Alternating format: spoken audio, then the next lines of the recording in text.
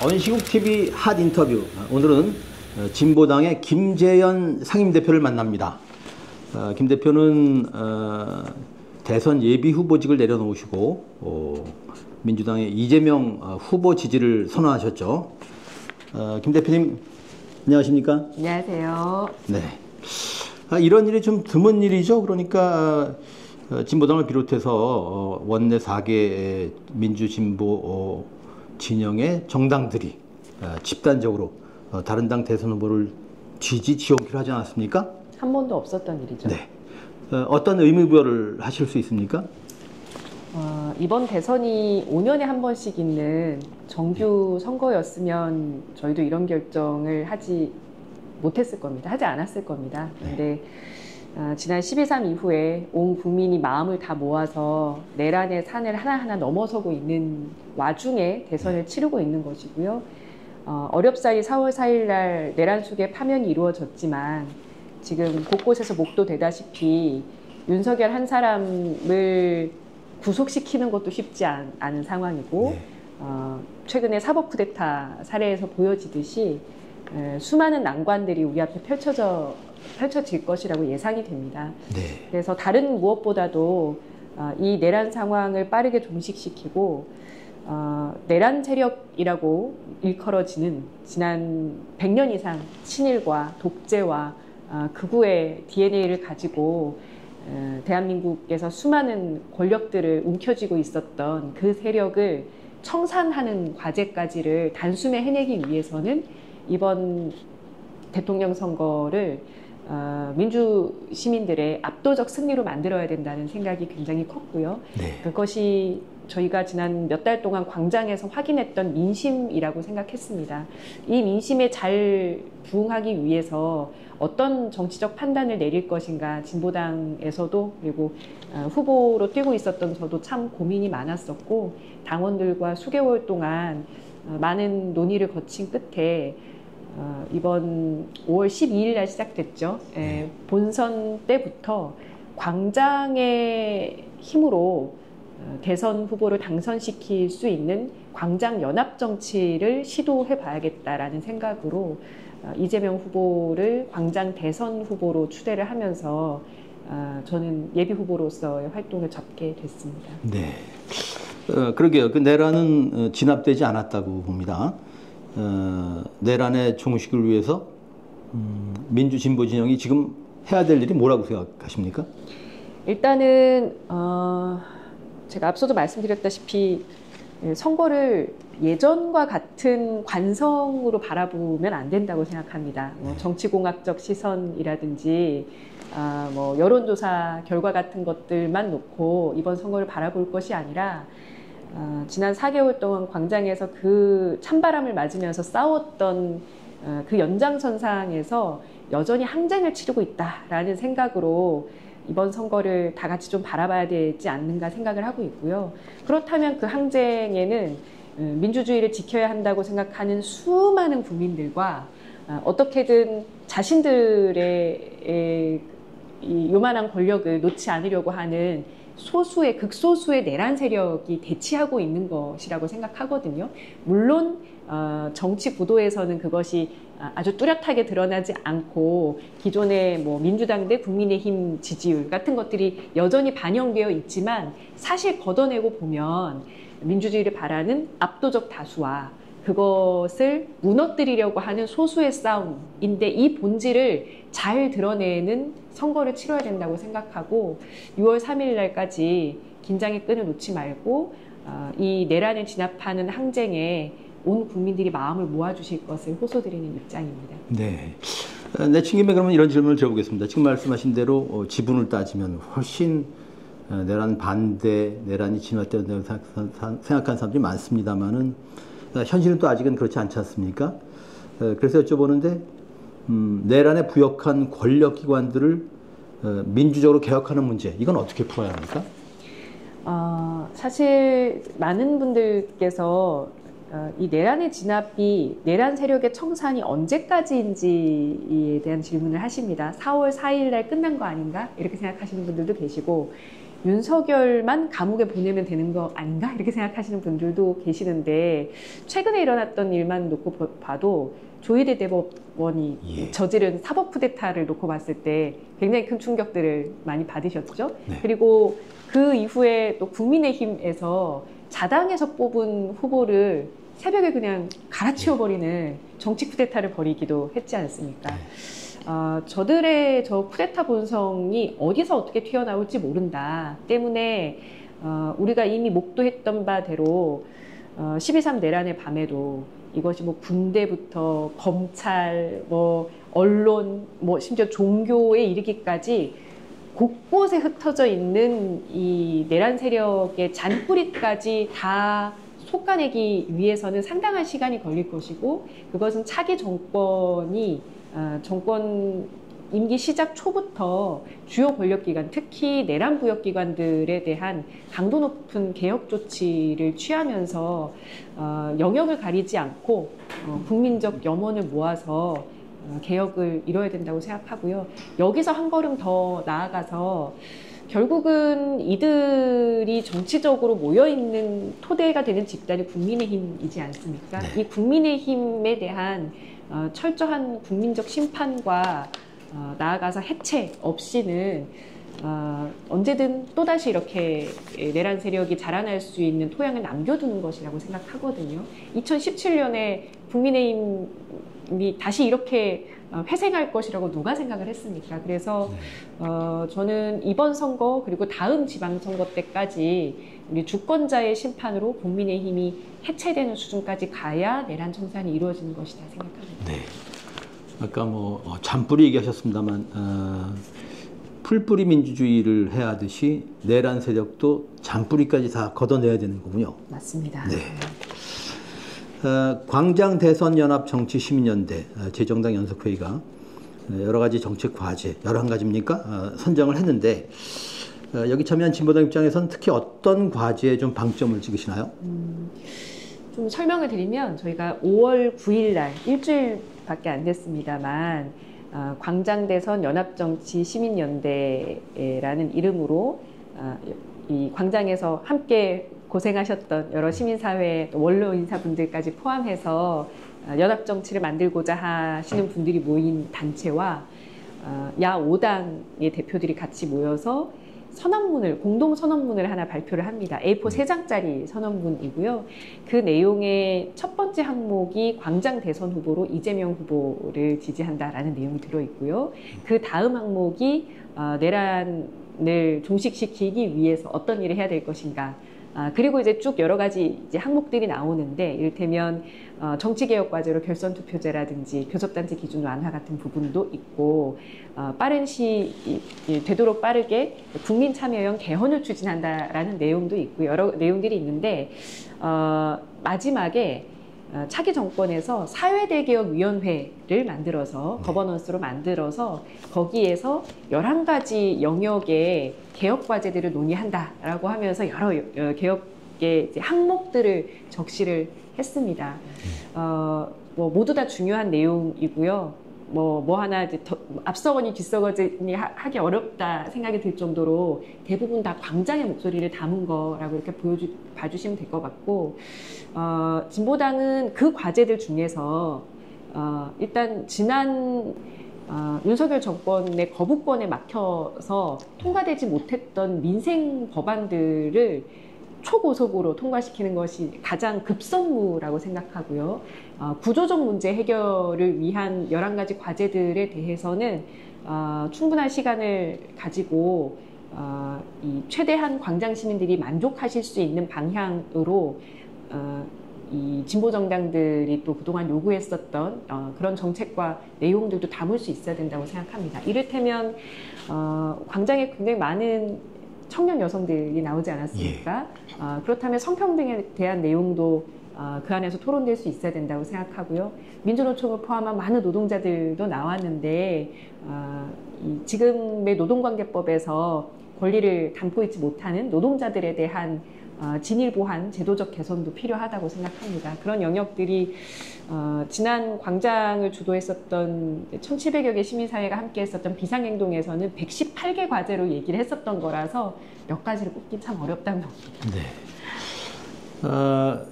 제2요구권, 이른바 거부권 행사 얘기하셨는데 그중에 특히 반드시 신속하게 통과를 시켜야 한다 생각하시는 건 어떤 법들입니까? 일단은 아주 오랫동안 노동계에서 요구해 왔었던 노조법 2, 3조 개정안은 2번이나 국회에서 통과가 됐었던 것이기 때문에 네. 이건 정말 빨리 추진이 돼야 되고요. 왜냐하면 이 노조법으로 인해서 분명히 일을 하는 노동자인데 자신의 노동자성조차도 법적으로 인정받지 못하는 사각지대 노동자들이 300만 명이 넘습니다. 그래서 이런 노동자들을 위한 법이야말로 민생법이라고 생각을 하고요. 또한 농민들과 관련된 농민사법이, 농업사법에도 들어가 있습니다. 양곡관리법을 포함해서 이건 역시 굉장히 시급한 법이라고 생각해서요. 주로는 이런 노동자, 농민과 관련된 법들은 아주 빨리 통과돼야 된다는 생각입니다. 네. 당장 진보당 안에서도 말이죠. 독자적인 후보를 세웠는데 이제 단일화가 됐지 않습니까? 광장에서. 그건 이제 양면성이 있다고 볼 때, 그러면 진보당의 그런 의지들을 잘 담아낼 수 있겠는가? 이 단일 후보가, 그리고 이후의 사회 대결 과정에서 과연 노동자, 농민을 위한 그런 정책들을 펼 것인가? 그런 걱정 우려가 있다는 생각에서 저는 민주당이나 이재명 후보가 그것을 반드시 할 거라는 확신은 없습니다. 그렇습니까? 네, 광장에 많은 시민들께서도 그렇게 생각하실걸요. 네. 그 확신이 있으면 제가 민주당에 가 있지 왜 진보당을 하겠습니까? 하지만 그것을 구현하는 방식이 김재현이라고 하는 대선 후보가 완주를 하면 그것이 구현되고 이재명 후보를 지지하고 광장 시민들과 함께 단일 후보를 위해서 뛰면 그것은 실현 불가능하다라고 생각하지는 않습니다. 지난 20여 년 동안 민주노동당 시기부터 진보정당이 선거 때 수많은 전술들을 수많은 전술의 선택의 기로에 섰었는데요.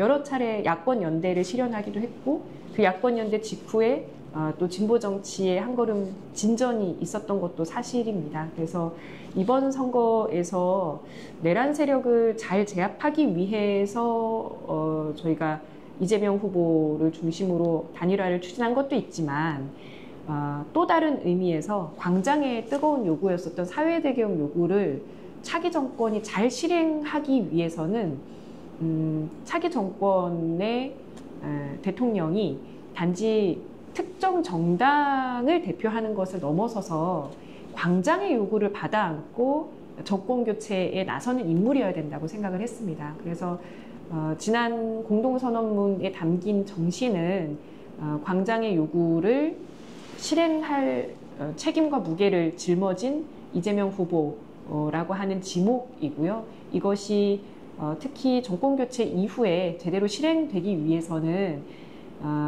계속된 광장의 힘이 꺼지지 않고 과거 2017년에 박근혜 탄핵 이후에 촛불이 꺼져버렸듯이 그렇게 되는 것이 아니라 끊임없이 민주주의의 광장이 더 활성화되고 그 광장에 모였던 세력들이 자신의 정치적 요구를 말하고 실행시킬 수 있는 그 힘이 더 커지는 것이 중요하다고 생각해서 저는 민주당과 이재명 후보를 믿어서 사퇴를 한 것이 아니라 광장 시민들의 요구가 계속될 것이라고 믿고 그것을 계속 추동하는 역할을 하고 싶습니다. 네. 그러게요. 그 촛불이 꺼진 줄 알았는데 응원봉으로 부활했습니다. 어쨌든 지금 시점에서 이후에 그 사회 대격은 차치하더라도 지금 시점에서 민주당과 이재명 후보에 대한 아쉬움 이런 것도 있을 듯 싶은데요. 어떤 이재명 후보 혹은 민주당의 어떤 요청, 당부를 하시고 싶습니까? 일단 저의 아쉬움이라기보다는 많은 국민들께서 최근에 민주당이 중도 보수에 대한 강한 선언을 하면서 정책적으로도 우클릭을 하고 있는 모습을 보면서 좀 당황스러워 하시기도 하고 이러다가 광장의 목소리를 잇는 것 아닌가 이런 걱정들도 하시는 것 같습니다. 당연히 그런 일은 있어서는 안 된다고 생각하고요. 최근에 이재명 후보가 곳곳에서 얘기하는 통합이라고 하는 것이 전 일단 그게 내란 세력과의 통합은 아니라고 보고요. 그럼에도 불구하고 이 대결 일변도의 정치 상황을 극복하고 압도적 다수 연합을 통해서 안정적인 이 집권의 발판을 마련하겠다라는 의지 정도로 이해하는 것이 맞다고 생각하고요. 지난 12일에 첫 대선 후보 유세를 광화문 광장에서 했습니다. 네. 그리고 비치 광장을 여러 차례 호명하면서 결국은 정치는 정치인이 하는 것이 아니라 국민이 하는 것이다라고 하는 메시지를 계속해서 강조해 왔었던 이재명 후보에게 그 국민의 목소리를 듣고 특히 그 정치적 공간에서 소외됐던 사람들의 목소리를 잊지 말라고 얘기하고 그것을 정책적으로 강제하는 역할은 결국은 다시 광장의 몫으로 남아있고 저희 같은 진보 정당의 몫으로 남아있다고 생각합니다. 저는 계속해서 그 목소리를 차기 정권에 전하고 또 실행시키기 위한 역할을 원내외에서 할 생각입니다. 네. 그런데 이제 그 진보 정당 가운데 최근 이제 민주노동당으로 당명을 바꾼 구정의당의 권영국 대선 후보는 내란 세력의 자양분인 기득권 양당 진영 정치를 해소해야 내란 세력 청산을 이룰 수 있다. 이런 주장을 하고 또 완주 의지를 밝혔습니다. 나름 수긍할 만한 주장 같은데 이런 주장에 솔깃해할 시민들에게는 어떻게 말씀을 주시겠습니까? 저는 뭐 옳은 주장이라고 생각하고요. 당연히 양당 구조를 넘어서야 되는 것이고 지금 같은 양당 구조 안에서는 내란이 잘못됐다고 생각하는 시민들도 예를 들면 영남에 있는 시민들 이런 분들은 내란이 잘못됐지만 내가 차마 민주당은 지지를 못하겠어 라고 하면서 김문수 후보를 지지하는 그런 양상까지 벌어지고 있는 거잖아요. 네. 결국 다당제 정치개혁이 이루어지지 않으면 우리 국민들께서 나의 이익과 부합하는 정치적 판단, 정책적 시선을 제대로 확보하기 어렵다라고 생각하고 양당 중심의 정치 구조는 빠르게 혁파해야 된다고 생각합니다. 저희가 이번에 선언문에서도 그런 내용들을 충분히 담았다고 보고요. 다만 그것이 잘 이루어지기 위해서 후보가 완주를 하는 것이 좋으냐 네. 아니면 연대연합을 하는 것이 좋으냐 이것은 전술적 선택의 문제라고 생각하고 저는 6월 3일 밤에 우리 국민들께서 원하시는 결과물을 더 잘 만들기 위한 선택으로 연대연합을 선택했다 이렇게 봅니다. 네, 알겠습니다. 그러면 이제 이런 질문을 한번 드려보겠습니다. 단도직입적으로 일반 유권자를 대상으로 해서 일반 시민들을 대상으로 해서 이번 대선에서 김문수 김 후보와 이준석 개혁신당 후보를 찍으면 안 되는 이유 꼭 짚어서 몇 가지 지적을 하신다면 뭘 꼽으시겠습니까? 일단 김문수 후보는 내란 수계에 대한 출당 요청조차도 하지 못하고 있는 사람입니다. 심지어 내란 세력의 가장 위험한 존재 아스팔트 극우와 아주 두터운 인연을 맺고 있는 사람이죠. 그가 지금 무슨 이야기를 한들 그의 머리와 심장은 내란과 극우의 DNA로 차 있다라고 저는 생각하기 때문에 우리 국민들께서 그런 어리석은 선택을 하지 않아 주셨으면 좋겠다라고 간곡하게 말씀드리고 싶고요. 이준석 후보의 경우는 지난 10여 년 동안 정치를 해온 과정을 보면서 혐오와 갈라치기 선동을 너무 많이 했습니다. 저는 우리 사회가 이런 내란이라고 하는 불행한 사태를 2024년, 25년에 겪고 있는 배경 중 하나는 정치가 국민의 이익을 중심으로 움직이는 것이 아니라 누군가를 혐오하고 증오하고 그것을 위해서 선거에서 어떤 선택을 하고 이런 이상한 논리가 작동되고 있는 배경이 크게 주요하다고 생각하거든요. 그래서 이준석 후보가 어떤 뭐 물리적 나이의 젊음 이런 것을 내세우고 있지만 실제로 그가 구사하는 정치적 언어는 대단히 낡고 대단히 건강하지 못하다라는 생각이기 때문에 이 두 사람이 보여왔었던 김문수, 이준석이 보여왔었던 극우 혐오 선동에 이제 더 이상 국민들께서 흔들리지 않기를 바라는 마음입니다. 네. 그러니까 이준석 후보의 경우 혐오는 나의 힘이군요. 그렇죠. 네. 갈라치기로 자신의 존재를 증명해 왔었던 대표적 정치인이라고 생각합니다. 네. 이 광장의 힘이 계속 유지가 될지 모르겠습니다만은 지난 촛불 혁명으로 탄생한 문재인 정부의 뭐 시행착오 내지 과오 이런 것들도 한 요인이었던 것 같습니다. 네. 복귀하는 의미에서 혹은 다짐하는 의미에서 어떤 과오를 좀 지적하시고 싶습니까? 가장 중요하게는 우리가 뭐 4.19 혁명, 8.7년 유월항쟁, 그리고 2016년 박근혜 퇴진 촛불 때까지 생각을 해보면 이른바 항쟁에 무수한 사람들이 참여하고 또 그 안에서 희생을 감내했음에도 불구하고 그 항쟁의 성과를 일부 정치 세력이 독식한 것에 대한 참 뼈아픈 반성이 있었습니다. 문재인 정부 역시 마찬가지였다고 생각하고요. 그래서 저희는 지난 12.3 이전에 윤석열 퇴진 촛불을 만들어 가려고 했던 과정에서 죽 써서 또 개주려고 하냐 이 얘기를 너무 많이 들었습니다. 그래서는 안 되겠죠. 광장 시민들이 함께 외쳤던 이야기를 그들 스스로가 정치의 주인이 되어서 구현할 수 있는 공간이 열려야 된다고 보고 그것을 차기 정권에서는 보장해야 하며 그런 그 공간 안에서 숙의된 결과를 가지고 개헌도 추진하고 개혁적 요구들을 입법화, 제도화하는 과정이 반드시 필요하다고 생각합니다. 그래서 이번 그 이재명 후보를 민주당만의 후보가 아니라 야 4당이 함께 민주당 포함해 야 5당이 함께 지지하고 광장 시민들이 지지하는 후보로 만들고자 하는 것이 굉장히 중요한 목적이었다라는 말씀드리겠습니다. 네, 개헌 얘기를 하시니까 이렇게 여쭤보겠습니다. 그러면 다음 정부 임기 중에 개헌을 해야 한다고 생각하시는지 나가서 개헌을 한다면 꼭 고치고 반영해야 될 게 뭐라고 보십니까? 저희는 그 내용을 이번에 선언문에 담았고요. 2026년 지방선거 때 저는 국민투표를 하는 것이 좋다고 생각하는데 시기까지는 못 박지 못했습니다만 빠르게 개헌을 추진해야 하고 그 개헌 추진의 과정이 정치 세력들의 권력 나눔이 아니라 국민들의 수기 과정을 거친 국민 참여형 개헌이어야 한다는 내용까지도 선언문에 담은 바가 있습니다. 특히 뭐 이번 선언문에 들어가 있었던 결선 투표제 같은 경우는 대선 결선 투표는 개헌 사항이지 않습니까? 여러 영역에서의 정치 개혁 과제들이 들어가야 된다고 생각하고요.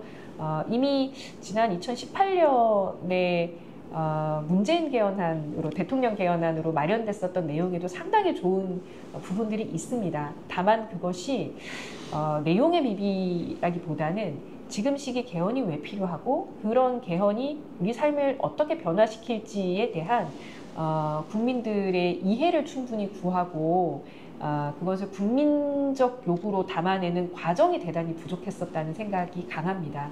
이번에 이재명 후보는 국민주권 정부를 표방한다라는 얘기를 어제 했던데요. 지금 우리가 헌법 제1조에 주권이 국민에게 있다고는 밝히고 있으나 그것을 제도적으로 담는 내용들이 거의 없습니다.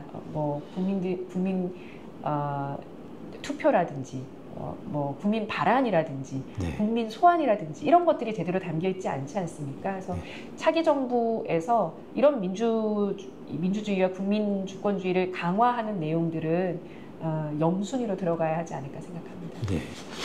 그럴 뿐더러 사회 변화 혹은 테크놀로지 시스템의 그 발전으로 직접 민주주의를 기술적으로 좀 도입할 만한 그런 여건도 되지 않았습니까? 물론입니다. 네. 진보당 아직도 어떤 시민들한테는 좀 생소할 수 있는데 진보당에만 있는 것들 작심하고 자랑을 좀 해주시죠.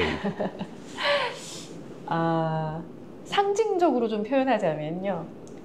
진보당의 지역 당원들한테는 사다리가 많습니다. 뭔지 모르시겠죠? 모르겠습니다. 아마 많은 분들께서 거리에 붙어 이제 그 게시되어 있는 진보당 현수막을 보시고 속이 시원하다. 내진 참 열심히 현수막을 잘 거네 이런 생각하셨을 겁니다. 저희가 특히 국민의힘이 말도 안 되는 현수막을 걸어 놓으면 그 바로 밑에다가 댓글처럼 현수막을 바로바로 달거든요. 그것이 이제 SNS 같은 데도 굉장히 많이 회자가 되곤 하는데 지난 몇 년 동안 그런 현수막 정치가 가능할 수 있었던 배경이 진보당의 현수막은 다 진보당 당원들이 직접 사다리를 타고 올라가서 거는 겁니다. 네. 저희가 돈이 많지 않기 때문에 업체에 맡겨서 한꺼번에 현수막, 지역 현수막 수십 장을 교체하고 이렇게 하는 게 아니에요. 굳이 이 말씀을 드리는 이유는 그동안 우리 국민들께서 정치를 소비해 오셨던 경로는 주로 뭐 뉴스, 뭐 신문 이런 언론을 통해서였는데 저희 같은 진보정당은 국민과 소통할 수 있는 방식이 그렇게 경로가 많이 열려 있지 않습니다. 그래서 열심히 사다리를 타고 올라가서 저희가 생각하는 정책이나 정견들을 현수막으로 드러내기도 하고요. 또 평소에 저희 진보의 당원들이 거리 청소를 정말 열심히 하거든요. 그래서 골목골목을 돌아다니면서 청소 봉사라든지 다양한 영역에서의 봉사를 하면서 주민들과 직접 소통을 굉장히 많이 합니다. 그러면서 진보당의 강점을 풀뿌리 정치활동이다 이런 말씀들도 많이 해주시는데 지금까지는 그것이 언론 환경이 상당히 취약한 진보당의 약점을 극복하는 방식이었다면 앞으로는 그렇게 때로는 현수막을 때로는 청소 집게를 들고 골목을 누비는 진보당의 낮은 자세와 풀뿌리 정치 활동이 다른 큰 정당들, 많은 정치 세력들이 함께 나눌 수 있는 새로운 정치 활동 방식으로 소통되기를, 많이 활용되기를 바라고 있습니다. 네. 처음에 사다리 얘기하셨을 땐 저는 장하준 교수의 사다리 걷어차기 같은 그런 게 연상이 됐는데 네. 이게 낙하산하고 반대 방향의 같은 상향식 뭐 이런 아이디어군요.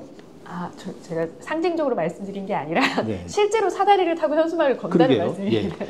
그 인상적인 현수막 문구 하나 소개해 주시죠. 예를 들면 국민의힘이 죄 지으면 벌 받아야 됩니다. 라는 현수막을 겁니다. 네. 이재명 대표 사법적 공격을 하면 그러면 이제 저희는 그 밑에다가 김건희는 죄 지었는데 벌 안 받던데요? 이렇게 다는 겁니다. 그런 것도 재밌다고 하시더라고요. 네. 알겠습니다. 김건희 얘기까지 나왔습니다만 사실 돌이켜보면 말이죠. 윤석열 정부 정말 무엇 하나 제대로 한 게 없는 것 같습니다. 제일 제대로 한 것은 12.3 계엄으로 국민들이 이렇게 단결시켜준 것이죠. 네, 역설적인 기호군요. 네. 윤석열 정부의 그 정책 내지는 과오 중에서 특히 문제적인 것 한두 가지만 꼽아주신다면 뭘 꼽으시겠습니까? 너무 많아서 그건 너무 어려운 일인데 일단 저는 정당의 대표이니까요. 거부권을 이렇게 남발하는 것은 정말 잘못된 행태인데 그것을 너무 일상적으로 하다 보니까 그 대행인 한덕수도 그 대행인 최상목도 네. 그걸 뭐 너무 당연하게 거부권을 계속 남발을 하는 겁니다. 이렇게 입법부의 권한을 마비시키는 일은 함부로 해서는 안 되는 일입니다만 마치 국회를 적으로 대하면서 지난 3년 동안 수많은 퇴행을 반복하고 국회가 민생을 위한 일을 하지 못하게 했던 것은 정말 용납할 수 없는 일이라고 생각하고요. 하나를 더 꼽자면 뭐 더 진상이 구체적으로 밝혀져야 되긴 합니다만 평양 무인기라든지 그 풍선을 날리는 일들을 그냥 용인한다든지 하면서 사실상 전쟁을 유발하는 유도하는 행위를 하면서 자신들의 권력 유지를 위해서 평화를 무너뜨리는 시도를 아무렇지도 않게 해왔다. 이것은 정말 용납할 수 없는 일이라고 봅니다. 그러게요. 통일부 장관을 지낸 어떤 인사가 전자권 환수 이슈가 있습니다만은 전자권이 환수가 됐었다면 어떻게 할 뻔했냐는 그런 지적을 했더군요. 네. 흔히 뭐 안보는 보수가 강하다 했는데 안보에 강하긴커녕 안보를 위협했던 거 아닙니까? 역대 보수 정권들도 그러했죠. 네. 안보 이슈를 이용해서 자신들의 권력을 더 단단하게 만들기 위해서 국민들을 위험에 빠뜨렸었죠. 네. 좀 가벼운 질문을 드려보겠습니다. 보니까 한때 그 인생 서점이라는 이름의 서점을 운영하셨더군요. 아직까지도 기억하시는 분이 계십니까? 그래서 여쭤보는데 김 대표님의 인생의 책은 뭔가요? 제가 서점을 운영했었던 것도 맞고 네. 정말 많은 분들한테 책을 추천해드리지 않았겠습니까? 서점 주인이다 보니까 선물도 정말 많이 했는데 어떤 하나의 책을 가지고 인생을 관통하는 어떤 철학과 깨달음을 얻었다라고 할 만한 인생책이라고 할 만한 것은 아직 찾지 못한 것 같습니다. 네. 근데 최근 한 1년 내외 읽었던 책 중에서 여러 번 읽고 싶다 생각하는 책은 소설 파친코, 역사 소설 같은 것도 좋아하는 편인데요. 네. 그런 책들 읽으면서 우리 한인들, 이렇게 제일 한인들의 이야기인데 우리 민족이 가지고 있는 이 강인한 생존력, 그리고 인간의 존엄 이런 것들을 많이 생각했던 것 같습니다. 네. 곁들여서 이런 질문 한번 드려보겠습니다. 이준석 그 후보가 국힘의 대표가 됐을 때 어느 신문과의 인터뷰에서 말이죠. 책은 안 읽나요? 이렇게 질문했더니 시간이 없어요. 정치하고부터는 거의 못 읽었습니다. 이거 대통령 후보 나온 사람이 이래도 됩니까? 정치를 10년 넘게 하신 분이 그렇게 얘기를 하시면 10년 동안 책을 안 읽었다는 건데 그 말도 안 되는 일이라고 생각하고요.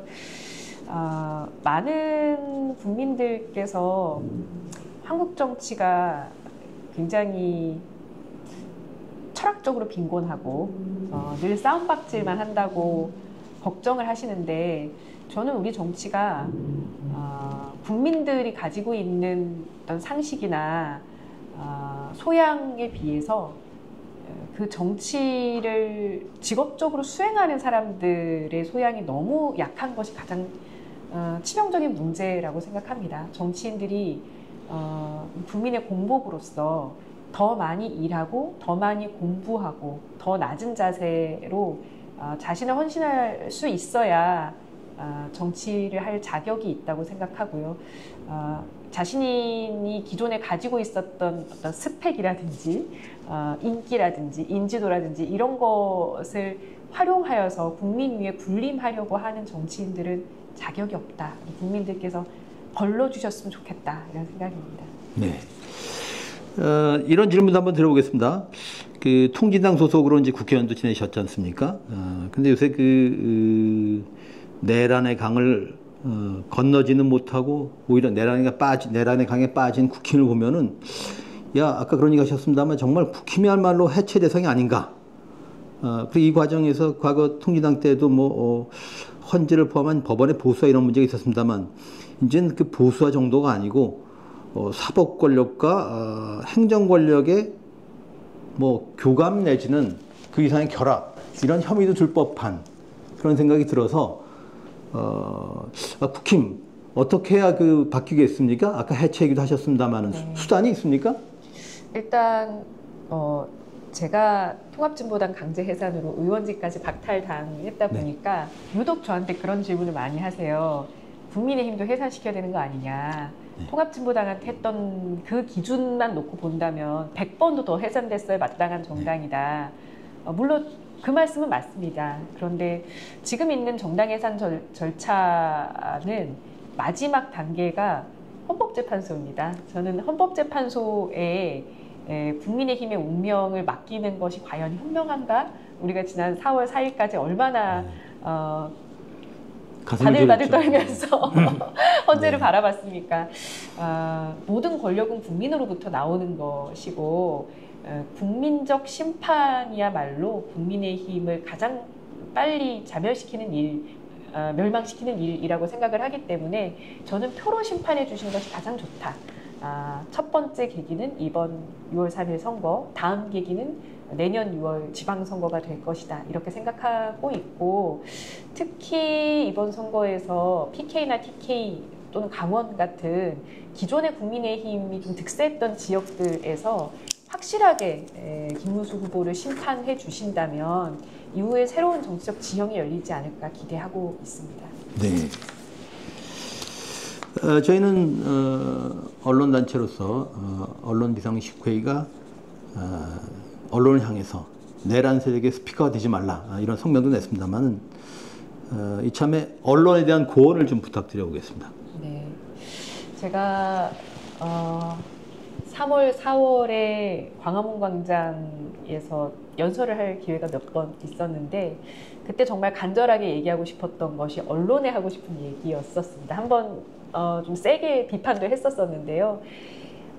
많은 국민들께서는 정치가 돌아가는 상황을 언론을 통해서 확인을 하시죠. 요즘 물론 뭐 개인 유튜브도 있고 다양한 매체가 확대되고 있습니다만 아직도 언론이 가지고 있는 그 영향력은 무시할 수 없는데 당시에 내란 세력과 민주수호 국민들을 1대1로 등치시켜서 보도를 하는 언론의 행태를 보면서 정말 가슴을 쳤습니다.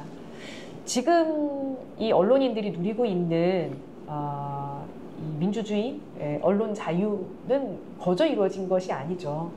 지금 언론 비상시국회의를 꾸려가고 계시는 여러 선배님들의 피 어린 투쟁의 결과물, 또 그것을 함께 응원해 주셨던 수많은 국민들의 역사적 토대 위에 지금의 언론 자유라고 하는 것이 있는데 그 역사성을 깡그리 잊고 내란 세력의 때로는 부역자가, 때로는 어떤 그 중립적 뭐랄까요, 그 심판 같은 역할을 자처하면서 이 국민들의 요구를 외면하는 언론들을 볼 때마다 안타까움을 넘어서 저는 분노를 느낄 때도 많이 있었습니다.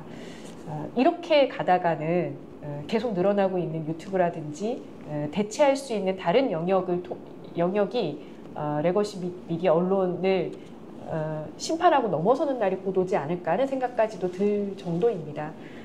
이제 다음 정권에서는 더 이상 이진숙 같은 사람을 마주하지 않아도 되는 다음 정권에서는 언론이 민주주의를 수호하는 최전선에서 역할해 주기를 바라고 지난 윤석열 정권 안에서 너무 고되게 투쟁하고 또 힘들게 일하셨던 언론인들에게 명예가 회복될 수 있는 날도 빠르게 기대하고 있습니다. 네. 이런 질문 드려보겠습니다. 정치인 김재현, 정치 왜 하시고 정치를 통해 이루려는 꿈이 뭡니까?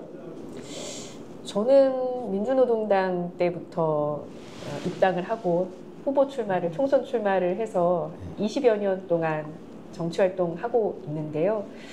그때나 지금이나 저는 제가 분명하게 대변해야 할 사람들의 얼굴을 떠올립니다.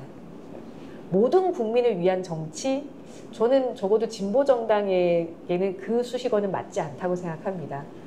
국민들 중에서도 가장 소외된 사람들, 노동자, 농민, 여성, 청년, 가장 소외된 사람들의 목소리에 귀 기울이지 않는 한국 정치 현실을 넘어서고자 하는 것이 진보정당의 사명이고요.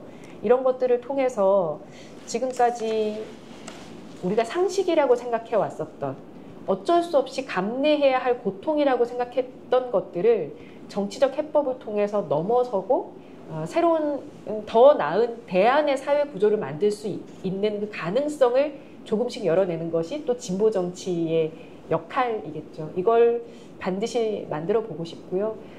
많은 국민들께서 지금보다 현실이 좀 더 좋아졌으면 좋겠다 생각을 하시는데 그건 차기 정권이 해야 될 일이라고 생각을 하고, 그게 아니라 이 현실을 완전히 뛰어넘는 우리가 꿈꾸는 새로운 사회를 만드는 것은 진보당과 같은 진보 정치에 맡겨주십사 부탁드리고 싶습니다. 예.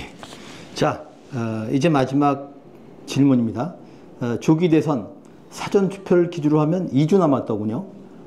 깨어있는 시민들에게 무슨 당부를 하시겠습니까? 지금 이제 선거운동 시작하고 나서 여론조사 결과도 나오고 있고 많은 분들께서 뭐 정권 교체 곧 되겠네 이렇게 생각하실 수도 있을 것 같습니다. 그런데 저는 지난 5달 동안 저희가 설마 이런 일이 나겠어? 설마 그런 일이 생기겠어? 했던 일들을 너무 많이 목격했어요. 윤석열의 탈옥이라든지 뭐, 조희대 대법관의 이런 사법 쿠데타라든지 이런 상황들을 꾸준히 접하면서 끝까지 긴장을 놓으면 안 된다. 아직은 내란 중이다라는 것을 잊지 말았으면 좋겠고요. 이 내란을 종식시키고 광장에서의 요구가 현실화되기까지는 더 큰 힘이 필요하다라는 호소, 그것을 이번 선거에서 압도적 정권 교체로 만들어 주십사 하는 부탁드리겠습니다. 네, 고맙습니다. 언시국 TV 핫 인터뷰, 오늘은 4개 정당과 함께 민주당과 후보 단일화를 이룬 진보당의 김재현 상임대표를 만났습니다. 고맙습니다. 고맙습니다.